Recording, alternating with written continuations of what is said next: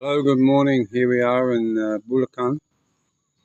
Another Saturday morning here, where everybody's, I suppose, getting ready for their last day at work in some cases, but for many it's just another day.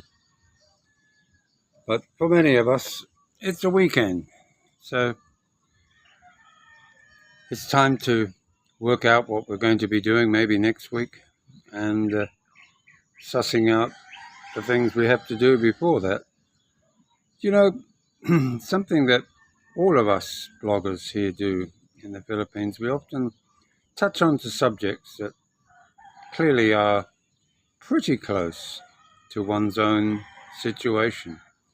And part of that reason for that is that we're trying to get the message across that life in the Philippines is like anywhere in the world, and that is that we can we can have all of the distractions that would otherwise be there in the West. But there's a certain different twist to it here in the Philippines. One is very conscious that people are very soft spoken here, and when you're very loud in public, they tend to sheer away a little bit or seem a little embarrassed. And also, you've got to remember that maybe all of your viewers are not all Westerners. There's quite a lot that are Filipino, either living overseas or maybe just interested in what you, as a foreign blogger, is putting out there every day. And myself, I'm aware that many people listen to what I'm doing, friends, family, everybody. And we have to be careful that we don't present an image that all women are scammers, that all women are unfaithful, that all women are dishonest, maybe a little immoral. But try and give an overall general impression of how the general public is around where you're living in your life. Of course, you're going to have a view that is somewhat just really, I suppose, in your bubble. And your bubble tends to reflect what you've experienced or what you have heard about within your circle of friends. The thing is that sometimes we give the impression that building homes and buying cars and scooters and supporting other members of the family is somehow sort of a bad thing to do. And I tend to believe that it's no different than when you used to buy a home together as a family, a family unit, sorry, frog in the throat this morning. But you buy a house based upon the income that both of you combined, creating a mortgage with a bank overseas. Some of you have sufficient just to buy it in your single name, and some in joint names so that you can allow for your wife's income to add to your own total income when applying for a loan. That is somewhat unusual here because not many people go to a bank to pay the exorbitant rates that a mortgage would cost to have. There are companies and developers who provide rent to buy. You often find new homes rent to buy in a rather simple subdivision. But you're going to get yourself a very basic home, which has been designed and built with the idea of a Filipino family living in it.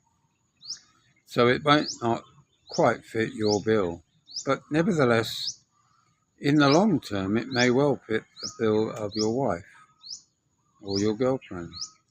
And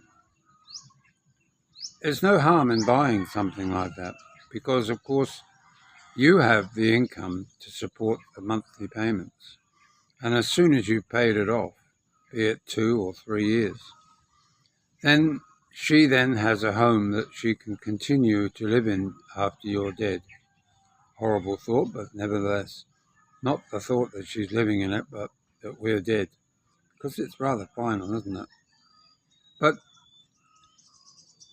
the point that I'm making is that it's only natural that a woman would feel more secure in a home, that she's not going to end up with you dying on Monday and on Tuesday being evicted because she can't pay the rent.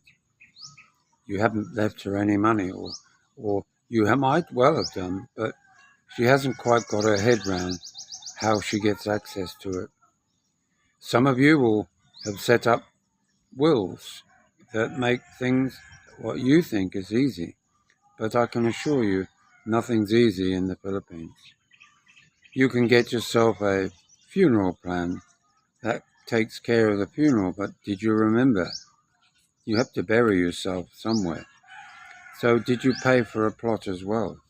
Question, answer. So just remember, let's think more positively.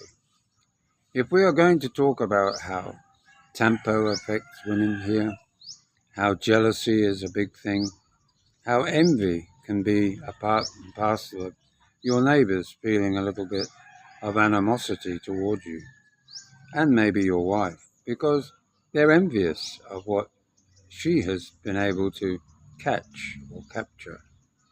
So just step back a while and try and think more positively about what you can do for your Filipina. If everything went pear-shaped, think about the reality, discuss it with her, that maybe family can at least pay something towards the compensation of what you built. It's not an unreasonable request, and I'm sure that many families are very quick to jump in and help pay for somebody in their family who, say, got sick and has 1 million, 2 million pesos to pay at the local hospital to let her get released or him released. It's amazing how family will do. And just remember also, family may on the face of it seem very poor, but they're also quite asset rich. And they have the ability to quite easily raise money if needed. There's no need for them to sell what you built. There's no need for panic to set in, to show signs of vengeance, as you so often see when other bloggers talk about the devastation that it has left them. There's numerous ones that I could mention, but I won't, simply because I'm sure you know who they are. And guys, just if we start talking more positively about Filipino women, maybe more of us will come and venture over here and give it a go. After all, they are a lovely group of people, and no matter how you've been treated in the past by this one or that one, it makes no difference, because sooner or later you'll find that little gold nugget, and one is always hopeful that one does find that. So it's in our best interest to speak well of Filipina and Filipino. After all, they come, I'm sure, to our countries, and they find things difficult to deal with there too. But I'm sure they don't rubbish every American or every Australian English person or Kiwi. They just enjoy being in the country that they've now called home, just like myself.